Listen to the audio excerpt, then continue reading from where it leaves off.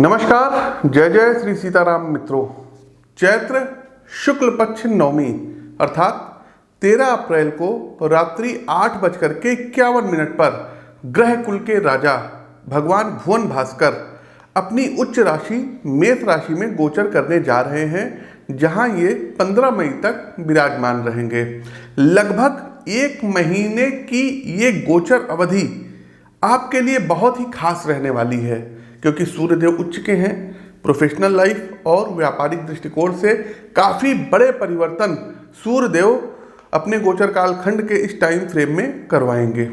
सूर्य का हमारे जीवन से सीधा संबंध होता है साथियों। बड़े प्रशासनिक पदों पर बैठे लोग, बिजनेस के बड़े बड़े महारथी और सामाजिक रूप से सशक्त व्यक्ति, बड़े बड़े राजनेता, पॉलिटिशियंस, सूबे के मुख्यमंत्री, देश के प्रधानमंत्री, ये सूर्य से ही संचालित होते हैं। गोचर कालखंड की इस अवधि में आप देखेंगे कि आपकी इच्छा शक्ति अधिक मजबूत और भाग्य शक्तिशाली रहेगा। तो क्या कुछ परिवर्तन आपके लिए भगवान भुवन भास्कर सूर्य नारायण लेकर के आने वाले हैं? विस्तार पूर्वक हम चर्चा करेंगे और आवश्यक उपाय भी बताएंगे। आगे बढ़ने से पहले आपकी जानकारी के लिए बता दें कि अप्रैल माह में हमारा दिल्ली आगमन हो रहा है। तो दिनांक 14, 15 और 16 अप्रैल को आप हमसे दिल्ली में मुलाकात करके अपनी जन्म कुंडली का विश्लेषण करवा सकते हैं। दिनांक 17 और 18 अप्रैल, जी हाँ, ये डेट भी आप लोग नोट कर लीजिए, जयपुर में रहेंगे, तो वहाँ भी आप व्यक्तिगत तौर पर मिल करके हमसे अपनी पत्रिका का विश्लेषण करवा सकते हैं। मई महीने में 2 स्टेट हैं, असम और मेघालय, यहाँ पर हमारा आगमन होगा।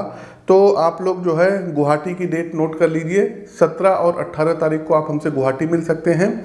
19 और 20 तारीख को आप हमसे शिलोंग में मिल सकते हैं। 22, 23 और 24 तारीख को आप हमसे वापस फिर से गुवाहाटी मिल सकते हैं। गुवाहाटी की ये लोग बहुत ज़्यादा वहाँ अपना प्रेम दे रहे हैं, काफ़ी जो है मतलब लोग आ रहे हैं कुंडली दिखाने, इसलिए गुवाहाटी का कार्यक्रम थोड़ा सा लंबा हो गया है। तो आप लोग ये डेट नोट कर लीजिए, स्क्रीन के दिए गए नंबरों पर संपर्क कर सकते हैं। आगे बढ़ने से पहले आपकी जानकारी के लिए बता दें कि प्रस्तुत राशिफल आपकी चंद्र राशि व आपकी नाम राशि दोनों पर संयुक्त रूप से आधारित है।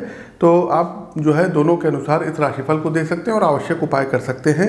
क्योंकि सूर्यदेव देखिए मेष राशि में संचरण कर रहे हैं, उच्च के हो गए हैं, और यहाँ पर भारत देश में जो है इलेक्शंस का जो है इलेक्शन चल रहे हैं, चुनाव चल रहे हैं। तो हमारी कुछ राजनीतिक भविष्यवाणी है, इसको आप लोग नोट कर लीजिएगा। हम पहले भी कहते आए, फिर भी आप लोगों को जो है याद दिला दें कि 2024 में फिर से बीजेपी सत्ता में आएगी और नरेंद्र मोदी जी ये तीसरी बार प्रधानमंत्री पद पर सुशोभित होंगे। लेकिन उसका वीडियो विस्तार से आएगा। जो चर्चा है कि जो है इतनी सीटें 400 पार, ये सब ऐसा कुछ होने वाला नहीं है। लेकिन हाँ, बीजेपी सत्ता में आएगी और इस बार बीजेपी को थोड़ी सी रणनीति बना करके चलने की आवश्यकता होगी। कुछ उपाय हैं जो हमने उनके जो टॉप के लीडर्स हैं उन तक पहुँचा दिया है। बाकी जो है इन लोगों को बहुत ध्यान देना पड़ेगा, जैसे कि हरियाणा हो गया आपका पंजाब का स्टेट हो गया, आपका बिहार हो गया, उत्तर प्रदेश खास करके आपका हो गया। तो बिहार में भी इनको अच्छा नुकसान हो सकता है और हरियाणा में भी इनको नुकसान हो सकता है। यूपी में भी कुछ सीटें इनकी कम आ सकती हैं। लेकिन ओवरऑल ये है कि ये लोग जो है क्या कहते हैं, दक्षिण में अच्छा परफॉर्मेंस करेंगे, बंगाल में अच्छा परफॉर्मेंस करेंगे। तो इन लोगों की सीटें आएंगी, लेकिन अभी मेहनत करने की ज़रूरत है। और आगे बढ़ते हैं साथियों, हमारी जो भविष्यवाणी थी वो हमने आपको बता दी। अब जानते हैं सूर्य राशि परिवर्तन का सभी 12 राशियों का क्या हाल रहेगा। आगे बढ़ते हैं कुंभ राशि। कुंभ राशि के जातकों, सूर्यदेव आपके 7वें भाव के स्वामी हैं तथा तीसरे भाव में गोचर करेंगे। कुंभ राशि के मित्रों, रामधारी सिंह दिनकर जी की एक पंक्ति है, सह धूप छांव पानी पत्थर, पांडव आए कुछ और निखर। गोचर कालखंड में आपके कंधे पर भी बड़ी जिम्मेदारी आने वाली है। आपकी फर्म अपने व्यवसाय को विस्तार देने की योजना बना रही है, जिसमें आपकी भूमिका महत्वपूर्ण रूप से प्रभावी रहेगी।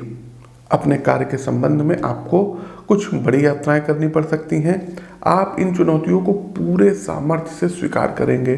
साथ ही आपकी कंपनी को आपसे जो उम्मीद है उस पर खरे भी उतरेंगे। निवेश एवं आर्थिक मामलों में मेरी सलाह है कि अपने लाइफ पार्टनर को आप लोगों को तवज्जो देना होगा।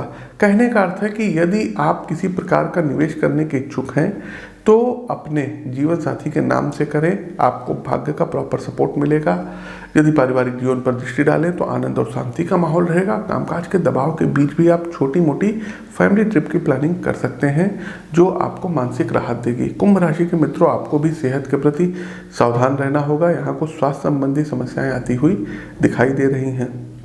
तो प्रिय दर्शकों, ये तो था मेष राशि में गोचर करते हुए सूर्य का सभी 12 राशियों का हाल। अब कार्यक्रम का अंतिम पड़ाव आता है रेमेडीज अर्थात उपाय का। तो उपाय के तौर पर साथियों, आदित्य हृदय स्तोत्र, जी हाँ, अगस्त ऋषि द्वारा रचित आदित्य हृदय स्तोत्र भगवान राम को डिलीवर्ड किया गया था और सभी ये जानते हैं कि उसका रिजल्ट्स क्या निकला। लेकिन ये है कि पूरी चैतन्यता से, भक्ति भाव से ये स्तोत्र का पाठ करिए। नित्य सूर्य भगवान को आपको अर्घ्य देना रहेगा और आदित्य हृदय स्तोत्र का यदि आप लोग 3 पाठ कर सकते हैं प्रतिदिन तो 1 महीने का समय दे दीजिएगा, फिर आप हमको ढूंढते हुए आएंगे। दूसरी बड़ी चीज कि याज्ञवल्लभ मुनिकृत सूर्य कवच का 1 पाठ प्रतिदिन पूजा करते समय आप लोग करिए। तीसरा और आवश्यक उपाय कि संडे के दिन कोशिश कीजिए कि नमक का सेवन मत करिए और रविवार के दिन अगर कोई लाल रंग की गाय है तो उसको आपको रोटी में गुड़ मिला करके खिलाना होगा। अगला एक काम, घर में जो बड़े बुजुर्ग हैं, माता पिता हैं, दादा दादी हैं, चाचा चाची हैं, बड़े भैया हैं, आपके पैर छू करके आपको आशीर्वाद ऐसे आंखों पे लगाना होगा। अगला एक काम, स्वस्थ शब्दों का चयन आपको करना होगा। ऐसा मैंने इसलिए कहा है क्योंकि यदि आप स्वस्थ शब्दों का चयन लोगों के लिए करेंगे तो वो भी आपको सम्मान देंगे और सूर्य आपके मजबूत होंगे। एक काम और ये कर लीजिएगा कि यदि आप मेष राशि के हैं, सिंह राशि के हैं, वृश्चिक राशि के हैं या फिर आप मीन राशि के हैं, तो अपनी पत्रिका का विश्लेषण करवा करके एक माणिक्य रत्न आता है रूबी, इसको कॉपर में राइट हैंड के रिंग फिंगर में धारण कर लीजिए यदि आपका बजट है तो।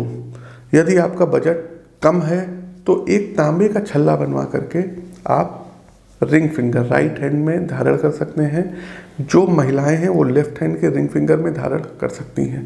प्रतिदिन साथियों, लाल चंदन का तिलक मस्तक पर आपको लगाना होगा और संडे वाले दिन यदि कहीं आसपास चींटियां दिखें तो उनके लिए थोड़ा सा आटे में पिसा हुआ चीनी का बूरा मिला करके आपको उनको डालना होगा। तो ये कुछ आप लोग जो है उपाय कर सकते हैं। शेष उपाय आप अपनी पत्रिका का विश्लेषण व्यक्तिगत तौर पर मिल करके करवा सकते हैं। फिर आपको बता दें 14, 15 और 16 तारीख को दिल्ली में रहेंगे अप्रैल को, और 17 और 18 अप्रैल को हम जयपुर में रहेंगे, वहाँ पर आप हमसे मिल सकते हैं। 17, 18 तारीख को आप हमसे गुवाहाटी में मिल सकते हैं और 20 और 21 मई को आप हमसे शिलोंग में मिल सकते हैं अगले महीने, और फिर गुवाहाटी में 24 और 25 मई को आप हमसे मिल सकते हैं। स्क्रीन के दिए गए नंबरों पर अपनी अपनी अपॉइंटमेंट बुक करा लीजिए। तो साथियों, अपनी वाणी को विराम देते हुए ज्योतिष के इस मंच से मैं पंडित आशीष वत्स आप सभी प्रबुद्ध साथियों से विदा लेता हूँ। नमस्कार, राम राम।